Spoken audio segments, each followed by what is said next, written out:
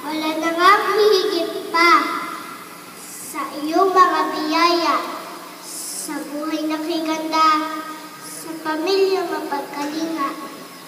Sa aking munting isip, wala akong maiaalay na kapalit.